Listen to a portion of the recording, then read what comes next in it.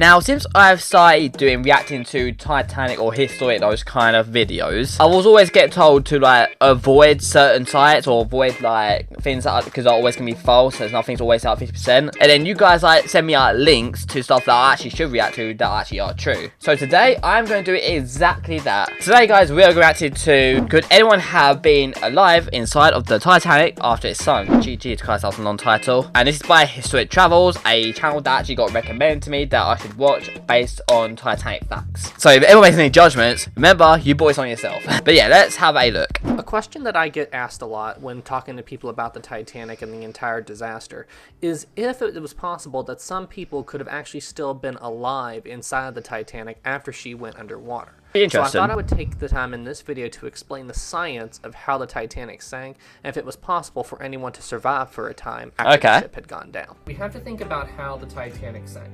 We know that it took... Okay, it's got a model, is it, and everything. Wait, don't I have a model as well? I swear I do. I've got the little one as it's like going down. I've got that one, yeah. I do have that. Yeah, that's pretty cool actually. Yeah, that's pretty cool. I forgot I had this. And we do know that she split in two. So those are two big factors right there. You see, the Titanic went down by the front, and then the lower she got, the stern began to rise up. Yep. Now, because of that, it gave the bow, the front of the ship, plenty of time to flood evenly. So when the Titanic broke in half, the bow was completely full of water, but the stern of the ship had a large amount of air still inside of the ship. And that also is a factor in trying to talk about if anybody could have been alive for a time after the ship had went underwater. See, all of that air inside of the stern was a big reason why the Titanic didn't just drop at this late stage of the sinking. This is briefly before the Titanic broke in half. So at this point, the Titanic sinking actually slows down because due to the high angle, the water can't really progress anymore. Okay. So the back of the ship, which is still more or less 100% buoyant, is fighting the dead weight of the front of the ship, which is completely full of water. Obviously, as we know as well, yeah, dead weight is literally the heaviest thing on Earth, so of course it's not going to take that. It's literally impossible to basically lift the dead weight. It's not impossible, but yeah, it's heaviest thing on Earth. So to speak, between the front and the back of the ship continued until the strain on the hull was too much and the Titanic couldn't take the strain anymore and the ship just broke in half. And at this point, due to the air inside, the stern settled back and began to float for a time. But it was massively structurally compromised due to the breakup, so at this point the stern began to rapidly sink. Yeah. Now the next thing we need to talk about on this topic is how air pockets work. This picture is a basic analogy of what an air pocket is and how it works. Okay. Essentially, an air pocket is a section of a hull or a room or something inside of a ship where water can't progress anymore due to the air inside keeping it out. Right. So essentially, if you're inside of a sinking ship and you're just running and you see the water's coming up behind you and then there's a dead end right in front of you, you can't get out, there's no windows, there's no doors, there's nowhere for you to escape. Well, that also means that the air can't escape either. So as the water progresses, there's a chance that the air will actually stop the water from getting to you for a time. And so if that happens to you, you are essentially inside of an air pocket. That's actually a smart thing to do if you're literally like trapped in a situation like that. Yeah, so if Titanic's sinking, if you find an air pocket, you're fine. Well, you're not fine, but like you could be surviving for a long amount of time. You just it's just finding an escape route. That's the hard part. But yeah, if you are trapped in an air pocket, you're fine. Yeah, that's actually a thing I actually forgot to think about. Yeah, I actually forgot to think about that. Believe it or not, there is even one case where a man actually survived inside of an air pocket of a sunken ship for almost 3 days. 3 What you're seeing days. here is footage from a camera on one of the divers that was sent in to do the rescue mission, but after such a long amount of time, they So also switched just want to the body Titanic. recovery mission. But while this diver was exploring the shipwreck, this man who was in an air pocket reached out and grabbed him and showed that he was alive. Oh my God. This man had been alone in the dark in a ship underwater for almost 3 full days. That is mad. Another reason why this was so incredible, as you can see from this picture here, his boat was upside down underwater at a depth of 100 feet.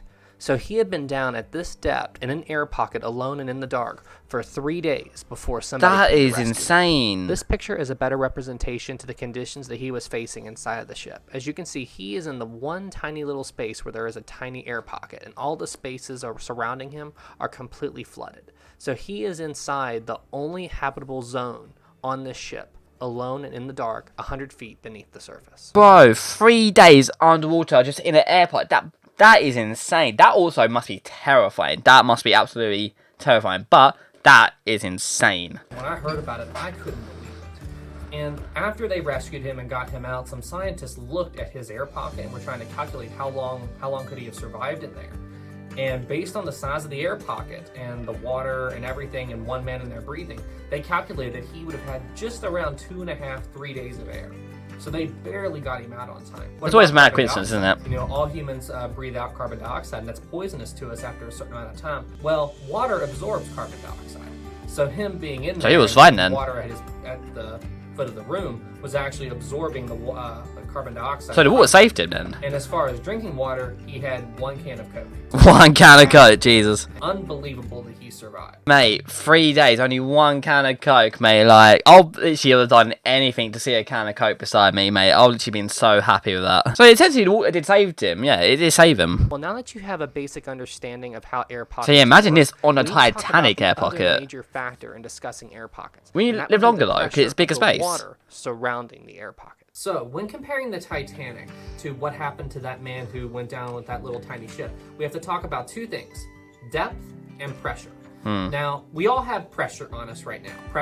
There's air pressure on us right now that's around our bodies 24/7. We just don't notice it. But we do notice a lack of pressure whenever we start to gain altitude, like how our ears pop on airplanes or we're climbing. Oh, I hate that feeling. The pressure around us is getting less. Ear plopping even on tubes, underground tubes, and then on planes. Oh, I hate that feeling. I always like get my nose out and those like you full stare out of me. That's what I do. Or literally put headphones in and it doesn't like do. It doesn't. I don't know what the effect is. It doesn't do that effect though when I put my headphones in. So that's why I always do it now. Every time that I'm taking off, I have like headphones in and playing loud music, so it doesn't actually affect me. Now the ocean is a lot more dense and heavy than air. So the deeper we go, we have a lot more weight and a lot more pressure on us. Now in the case of the man who was inside that shipwreck at 100 feet, 100 feet, while still the pressure is much greater than at the surface, it's not out of range of divers and the pressure isn't super, super extreme. So even though he was in a structurally compromised ship due to the sinking, it wasn't enough to cause any real damage to the ship's hull. Now, in the case of Titanic, the Titanic sunk, and it's not just a mere 100 feet. It's 2.5 miles down. The pressure at that depth is something about like 3 tons per square inch. So 3 tons of weight. If you as a person tried to go down to those depths without a submarine or something, you'd be crushed in a second. Crushed in a second, Jesus Christ, yeah, forget that, like, that, when Pony, oh yeah, it takes me back, yeah, not takes me back, but, obviously, it happened recently with the missing submarine, honestly, like, rest in peace, those guys, honestly, like, that must be so traumatizing, like, honestly, rest in peace. See, because Titanic's bow sank completely full of water, it didn't have any pressure acting on it, so it didn't matter how deep it went, because there was just as much water on the inside as on the outside, the pressure didn't make a difference in the Titanic's bow. Yeah, However, I didn't think it would. The same thing can't be said for the Titanic's stern. Because the Titanic's stern sank so fast after the breakup, the Titanic's stern had a bunch of air pockets in it, and because it sank to such a deep depth, the Titanic's stern went through something called an implosion. Oh, okay. To summarize a little bit, the stern went through something called an implosion. An implosion is when the air pocket or the surrounding space inside can't hold back the water or the weight or the strain of the pressure on the outside. So the pressure builds up, until finally the pressure can't take it anymore and the hull can't handle it, and that space just gets crushed. They call that an implosion. Yeah. So going back to the main question That makes of this sense. video, could anybody have been alive inside the Titanic after she sank? I don't think they would. They'll just implode, wouldn't it? Because they're that far in the water. Yeah, it'll just implode them, right? I think that's what will happen. They'll literally die in seconds. Front section, most likely not. The front section flooded very slowly, and any air pockets that could have formed most likely had time to escape. However, it's a little bit different with the stern. Due to how rapidly the stern went under after the Titanic broke in two, and we see evidence of it on the wreck, the stern had massive air pockets inside due to uneven flooding of this section of the ship. So there could have been some people alive inside of the Titanic stern at the time the ship went under. However, they would not have been inside for very long. Yeah, no, that'd be Around dead 30 in seconds seconds. after the survivors on the surface felt and heard a very loud explosion, or implosion as we know now. And that was the stern of the Titanic breaking. Ah, okay. That makes sense. So, at that point, all those air pockets inside of the They blew up stern then, were yeah. gone. Yeah, we're gone. So if anybody was alive when the stern went under, they wouldn't have been in there for very long. At the most, 10, 20, 30 seconds before the implosion occurred, and then that would have been it. They wouldn't have suffered or anything bad would have happened. It would just been a real quick, instantaneous thing. Okay, so now we know, yeah. So, like, I mean, they literally people went under, they would literally survive for like 20 seconds in a quick explosion from the stern. So, yeah, in a nutshell, like, no one could really have survived if even the ship went underwater with them. Like, no one would have survived. We learned that today. But you know what? It was an interesting, like, formative video. It was, like, it seemed like very factual, yeah. So, yeah, I hope you guys learned something today with me, like, a bit of history for you. That is weird, like, me doing history. It's so weird. It doesn't seem like me talking about history, it doesn't. Maybe I should start doing these.